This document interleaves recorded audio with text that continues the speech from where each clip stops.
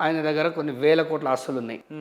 ఎవడైనా నన్ను ప్రశ్నించేటోడు కామెంట్లో ఎట్లాగో పెయిడ్ బ్యాచ్ వస్తుంది, అంతే వెరీ కామన్, వాడు అంటూనే ఉంటాడు నాది నా ఇంట్లో ఈ ఫోటోలు వేసుకుంటా వాడు ఒక రాక్షసానందం ఎంజాయ్ చేస్తాడు. ఎంజాయ్ చేయండి, అది కూడా ఒక నెగటివ్ పబ్లిసిటీ కూడా, కీపింగ్ మీ ఇన్ పబ్లిక్ అనుకుంటా. ఏదైనా ఓకే, కానీ ఎవరికైనా ఇంకా ధైర్యం ఉంటే హరీష్ రావుని పోయి ప్రశ్నించండి.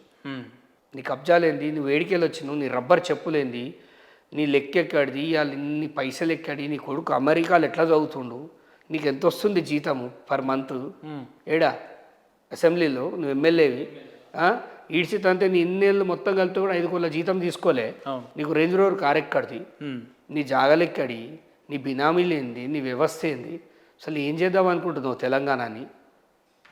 ఇన్ని ప్రశ్నలు ఉన్నాయి, ఎవడు అడగడు, నేను అడుగుతున్నా.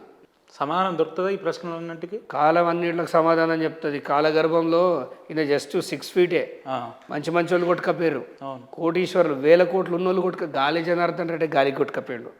ఆయన ఇంట్లో బాత్రూమ్ కాదు ఈయన, ఈయనతో ఏమవుతుంది ఏమనంటే ఆయన ఇప్పుడు ఇవి ఇంటర్వ్యూ చూసి ఏం చేస్తాడు తెలుసా, ఇంట్లో రిమోట్లు వలగొడతాడు, టీవీ ఫోన్లు వలగొట్టుకుంటాడు. చూస్తాడా మీ ఇంటర్వ్యూలన్నీ? చూస్తాడు, ఖచ్చితంగా చూస్తాడు. అంత ఖచ్చితంగా ఎట్లా? నాకు తెలుసు కదా ఆయన మిమ్మల్ని వాచ్ చేస్తాడు. మీకు ఒక్కటి చెప్పాలా అండి, ఆయన నన్ను ఎట్లా వాచ్ చేస్తాడో, ఆయన దగ్గర కూడా నా మనుషులు ఉంటారు. ఆయన సాయంత్రం మధ్యాహ్నం పూట భోజనం ఏం చేస్తాడో కూడా చెప్తాను. ఎవడి వ్యవస్థ వాడికి ఉంటుంది, అర్థమైందా? మీ టీం అంతా హరీష్ రావు దగ్గర ఉంది ఇప్పుడు, మంచి చేసేటోని దిక్కున్నారు. ఓకే, ఇప్పుడు ఈ రావణాసుడు దగ్గర చాలా మంది విభీషణులు ఉన్నారు ఆయన దగ్గర. ఈరోజు హరీష్ రావు గారు ఏం లంచ్ చేసారో కూడా చెప్తారా మీరు? మాట వరుసకి ఏం చెప్తున్నా, నేను కావాలనుకుంటే చెప్తా, అర్థమైందా? ఆయన ఏం మాట్లాడతాడు, ఇక్కడేం మాట్లాడతాడు, అంత ఇంటెలిజెన్స్ పెట్టుకున్నారు అన్నట్టు. ఇంటెలిజెన్స్ కాదు, వాళ్ళకి అవసరం, కొట్లాడుతుండు సాయం చేద్దామనే తత్వం. ఇప్పుడు వాళ్ళ మనుషులు సపోర్ట్ చేయకపోతే నేను ఇంతవరకు రాకపోదు. మొత్తం credit goes to BRS people. ఆ తమ్ముళ్ళు అన్నలే నన్ను ఇప్పటిదాకా ఇంత టోన్ చేశారు. అడు నన్ను అరెస్ట్ చేస్తారు, సాయంత్రం అనగానే ఫోన్ చేస్తారు, అన్న జంప్ అయిపోవాలి, అట్లా వాళ్ళదేనే. వాళ్ళు ఏమిటో మీరు సేఫ్ జోన్లో ఖచ్చితంగా ఏ ప్లాన్ జరిగినా తెలిసిపోతుంది. మా ఇంట్లో ఆడోళ్ళ మీద కూడా ఒకటి జరుగుతుందని నాకు 3-4 months బిఫోరే తెలుసు. దాన్ని ఆపదలుచుకోలే, వాడు ఏం చేస్తాడో చేయని అనుకున్నా. ఓకే, దాక్కోదలుచుకోలే, ఏదన్నా లెటర్స్ ఫేస్ ఇట్ అని అనుకున్నా. ఏదేం జరిగినా అండి, నా వల్ల సమాజానికి ఏం చెడు జరగదు. నేను పార్టీ మారినంత మాత్రాన ఎవరి పుస్తెల్లేగాయి, ఎవరికి ఏం నష్టాలు లేవు. ఖచ్చితంగా నేను ఏ పార్టీలు ఉన్నా సిపిఎం పైన ఏది పోయినా నా వ్యక్తిగత విషయం. నా ఫాలోవర్లు నాకు ఉంటారు. నా మీద కొంతమంది అంటారు, అన్న నీ మీద గౌరవం పోయిందంటే పోతవ్యాతి, నీ గౌరవం ఉండి పోయినా పెద్ద ఫరక్ పడలేదు. రైతులకు ఏం చేస్తాను అనేది నా ఇంటెన్షన్, రైతులకు పనిచేయాలని. సమాజానికి చక్రధర్ ఏం చేస్తాడు అంటే, తప్పును ప్రశ్నించడం అంత గొప్ప పని ఇంకోటి లేదు. తప్పును ప్రశ్నించాలి, తప్పును కడిగి పారేయడమే మొదట రాజకీయ నాయకుడి లక్షణం. ఇక రాజకీయాలకు రావాలంటే సేవ చేసే తత్వం ఉండాలి, అది ఆల్రెడీ నాకు ఉంది. రాజకీయాల కోసమే సేవ చేసేటోళ్ళు వేరు, సేవ చేసే రాజకీయాలకు వచ్చి ప్రశ్నిస్తున్నాను. ఆయన పేరు చెప్పి పబ్బం గడుపుకుంటా అంటారు, ఇక అది పబ్బం గడుపుకుంటే తెలుసా, పబ్బం ఏందో అదేందో నాకు తెలియదు. తప్పును తప్పు అంటున్నా అంతే. రాజకీయ నాయకుడికి మీకు ఇదే తేడా అంటారు? తేడా, నేను రాజకీయ నాయకుడిని కాదు. ఓకే, బేసిక్గా చెప్పాలంటే నేను రాజకీయాలకు పనికిరాను, టు బి ఫ్రాంక్. రాజకీయ నాయకులకు 2 ముఖాలు ఉండాలి, నాకు ఒకటే ముఖం ఉంది. 2వ ముఖం తయారైతే లేదు, ఎంత కష్టపడ్డా కాదు. ఇక అది బై ఛాన్స్లో రావాలి, అది మనకు లేదు. ఎందుకంటే 500 ఇచ్చి 5,000 రూపాయలు ఫ్లెక్స్లు వేసుకోవాలి. నేను 5 లక్షలు ఇచ్చి కూడా 5 రూపాయలు ఫ్లెక్స్ వేసుకోను. అట్లాంటివి చాలా ఉన్నాయి.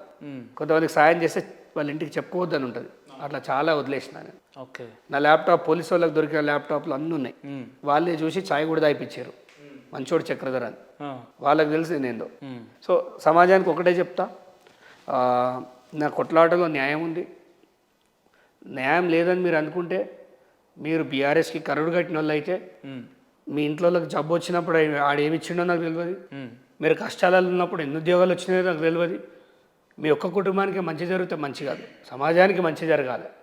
రైతు బంధు ఇచ్చినా, రైతు బీమా ఇచ్చినా, అది ఏ ప్రభుత్వమైనా వాళ్ళ జేబులోకి వెళ్ళి ఇవ్వట్లే, మన డబ్బులే ఇస్తారు. ఒకప్పుడు స్టేట్ విడిపోయినప్పుడు చాలా డబ్బు ఉన్న తెలంగాణ ఇలా అప్పుల తెలంగాణగా మారింది. ఈ ఇన్స్టాగ్రామ్లో సగం బట్టలు వేసుకునే వాళ్ళందరి రోజుకొచ్చి తెలంగాణకి గుద్దురు అంటే బరాబర్ గుద్దుతే గిడబడ్డారు వాళ్ళు. రైతులు చెప్పాలి, రైతులు ఇన్స్టాగ్రామ్ చూస్తారా అండి? ఈ మేకప్ వాళ్ళను తీసుకొచ్చి కేటీఆర్ అదే కదా ఫేమస్, దానికే ఫేమస్ సినీ ఫీల్డ్. ఇట్లాంటివి అంటే బాగా ఇవి పిచ్చ అహంకారం, డబ్బు ఉందని. ఎందుకంటే ఇన్ని ఫోటోలో చూడు ఒకసారి గూగుల్లో, మొత్తం ముడతలు ఉన్నాయి. నీ దగ్గర పైసలు అయిపోయిన తర్వాత ఆయన దగ్గర అడ్డవాళ్ళు పైసలు ఉన్నాయి. ఒక్క ఈడీ కేసు చాలు బిచ్చగాని చేసేస్తాయి రోడ్డు మీద వేసి. రేపటి రోజున వీళ్ళకి బీజేపీ వాళ్ళకి చెడితే వీళ్ళు బిచ్చగాళ్ళే అవుతారు. మళ్ళీ ఎవడు 100 ఏళ్ళు బతకడానికి రాలే. సరే, ఏదేమైనా హరీష్ రావు గారు జైలుకి వెళ్ళడం మీకు ఆత్మశాంతి అంటారు. అంతే అండి, ఖచ్చితంగా. రైట్ అన్న, నేను రాష్ట్రంలో గత కొన్నేళ్లుగా లేదా 100 సంవత్సరాలుగా రాజకీయంలో ఉన్న కొంతమంది గొప్ప వాళ్ళు, మేధావులు కావచ్చు, రాజకీయ నాయకుల పేర్లు చెప్తా, వాళ్ళకి సంబంధించి మీరు 1 వర్డ్ ఆన్సర్ చెప్పాలి. 1 వర్డ్ ఆన్సర్ మనతోటి కాదన్న ఇక అది. ఎందుకు? అది అవసరం లేదు. ఎందుకంటే అవి చాలామంది మనోభావాలను దెబ్బతీస్తాయి. ఇప్పుడు ఒక ఇంటెలిజెంట్ అన్నా అనుకో, మమ్మల్ని అనలే అంటారు. అదంతా ఈ కాంట్రవర్సీలకి నేను రాదలుచుకోలేదు. రైట్ అన్న, మీ ఇంత విలువైన సమయంలో కూడా మీరు మాకు వచ్చి మీ సమయాన్ని మాతో పంచుకున్నందుకు మీకు ప్రత్యేక ధన్యవాదాలు అన్న. థ్యాంక్ యూ అన్న, థ్యాంక్ యూ సో మచ్. రాబోయే రోజుల్లో మీరు ఇంకా అనేకమైన రైతులకు ఇట్లనే సేవలు చేసుకుంటూ ఉండాలి, అవినీతిని ప్రశ్నిస్తూ ఉండాలని చెప్పి మేము మనస్ఫూర్తిగా కోరుకుంటున్నాం. వ్యక్తిగతంగా మా ఛానల్ కూడా మీకు సపోర్టివ్గా ఉంటాయి. థ్యాంక్ యూ అన్న, థ్యాంక్ యూ సో మచ్.